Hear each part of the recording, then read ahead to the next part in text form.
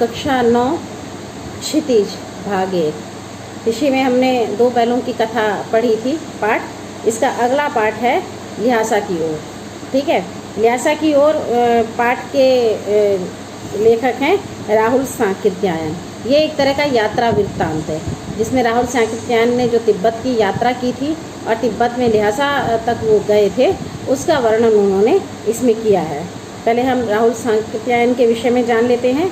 राहुल सांकृत्यायन का जन्म सन 1893 में उनके ननिहाल गांव पंधा, जिला आजमगढ़, उत्तर प्रदेश में हुआ था। उनका पैतृक गांव कनेला था। उनका मूल नाम केदार पांडे था। उनकी शिक्षा काशी, आगरा और लाहौर में हुई। सन 1930 में उन्होंने श्रीलंका जाकर के बौद्ध धर्म को ग्रहण कर लिया। तब से उनका नाम राहुल सांकृत्यायन हो गया। राहुल जी पाली, प्राकृत, अपभ्रंश, तिब्बती, चीनी, जापानी, रूसी सहित अनेक भाषाओं के जानकार थे। उन्हें महापंडित कहा जाता था। सन 1963 में उनका देहांत हो गया। राहुल सांकृत्यायन ने उपन्यास, कहानी, आत्मकथा, यात्रा वृत्तांत, जीवनी, आलोचना, शोध आदि अनेक विधाओं में साहित्य सृजन किया।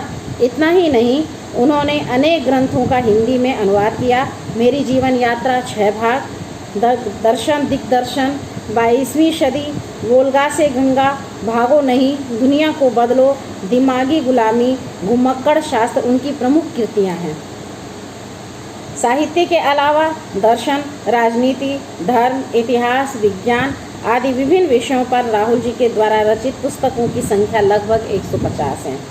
राहुल जी की बहुत सी लुप्तप्राय सामग्री का उद्धार राहुल जी ने बहुत सी लुप्तप्राय सामग्री का उद्धार यानी कि जो लुप्त होती जा रही थी, यानी जो जिनका अब वजूद यानी उनका वो समाप्त होता जा रहा था, उनको भी उन्होंने फिर से उद्धार करके अत्यंत महत्वपूर्ण कार्य किया कि उसको उन्होंने पुनर्जीवित किया। यात्रा वृत्तांत लेखन में राहुल जी का स्थान अन्यतम है। उन्होंने घुमक्कड़ी का साहित्य रचा तथा उनसे होने वाले लाभों का उन्होंने विस्तार से वर्णन किया कि घूमने से हमें क्या क्या लाभ होते हैं।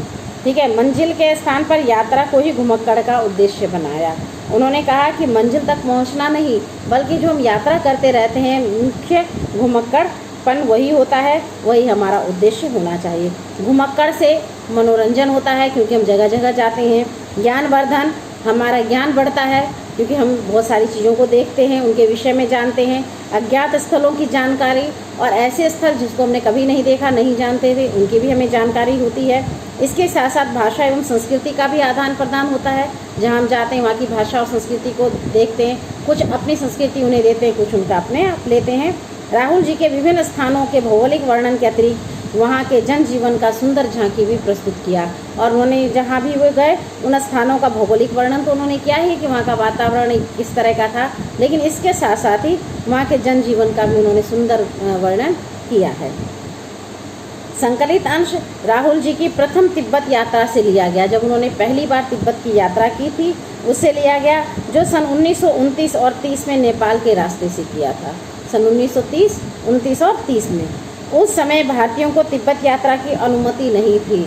उस समय भारत के लोग तिब्बत नहीं जा सकते थे, वहाँ की यात्रा नहीं कर सकते थे। इसीलिए उन्होंने यह यात्रा एक भिखमंगे के छद्म वेश में की थी। माने वो एक भिखमंगा का रूप उन्होंने धारण किया और उस तरह से उन्होंने ये यात्रा की थी। इसमें तिब्बत की राजधानी ल्हासा की ओर जाने वाले दुर्गम रास्तों का वर्णन उन्होंने बहुत ही रोचक शैली में किया है। ठीक है, तिब्बत की जो राजधानी है ल्हासा, उसकी ओर जाने वाला जो रास्ता है दुर्गम, माने जहाँ जाना आसान ना हो, कठिन हो, ऐसे रास्तों का उन्होंने बड़ा ही रोचक शैली में वर्णन किया। इस यात्रा वृत्तांत में हमें उस समय के तिब्बती समाज के बारे में भी जानकारी मिलती है कि उस समय का तिब्बती समाज किस तरह का था। ठीक है, ल्हासा की ओर पाठ कि नेपाल से तिब्बत जाने का मुख्य रास्ता था फरी कलोंको। यह रास्ता जब नहीं खुला था तब नेपाल के रास्ते हिंदुस्तान की चीज़ें भी इस रास्ते से जाया आया करती थी तिब्बत, और वह लोग भी उस तरह से जाया करते थे। यह व्यापारिक रास्ता तो नहीं था, ये एक सैनिक रास्ता था।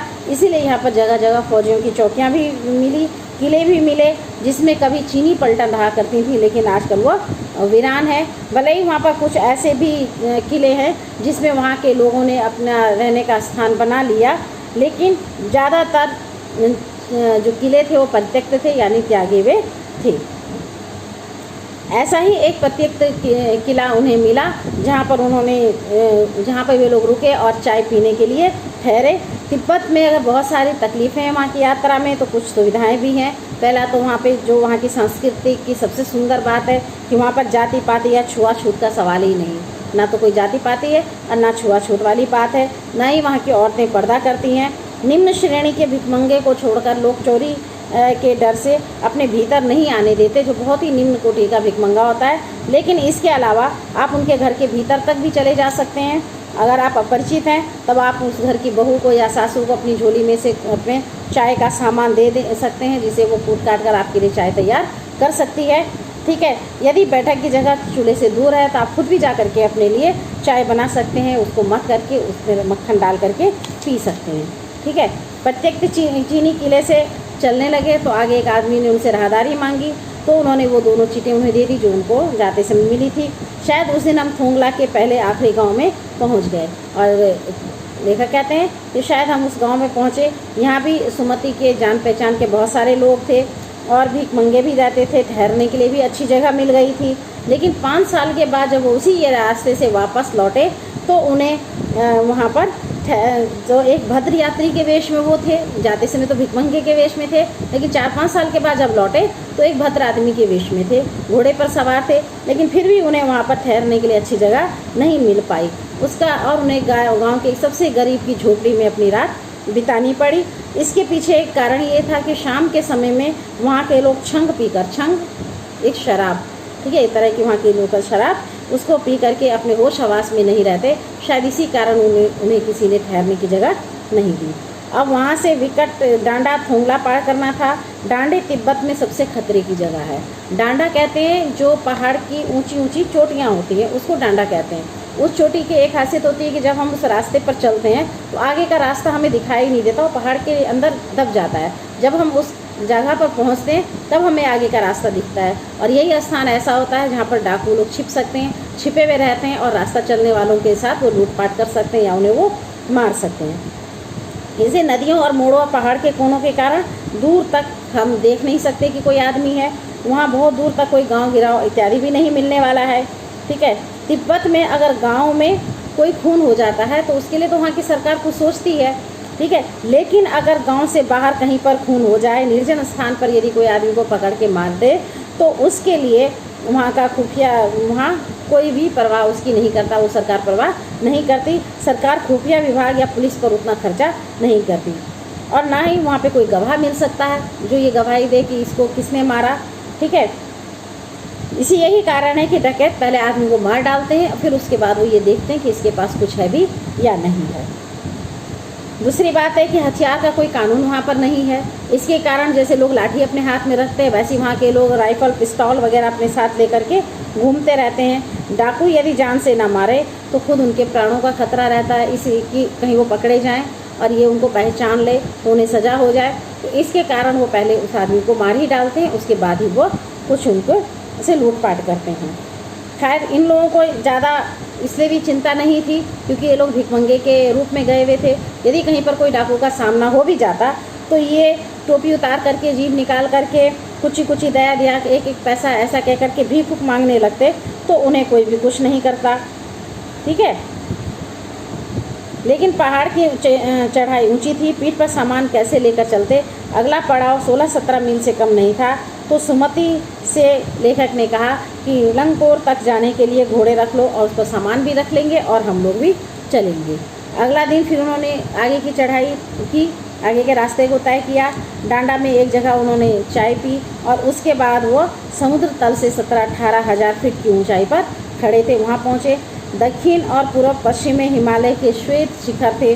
भीटे की ओर दिखने वाले पहाड़ बिल्कुल नंगे थे, मतलब उन पर कोई घास फूस इत्यादि कुछ भी नहीं थी, वो खाली चट्टान थी।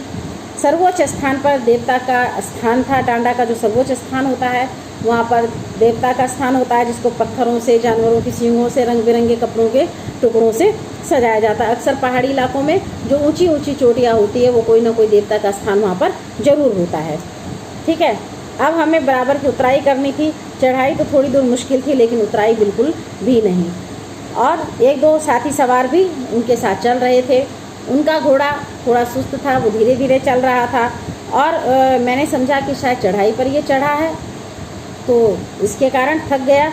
इसी के लिए लेखक उसको मारना भी नहीं चाहते थे।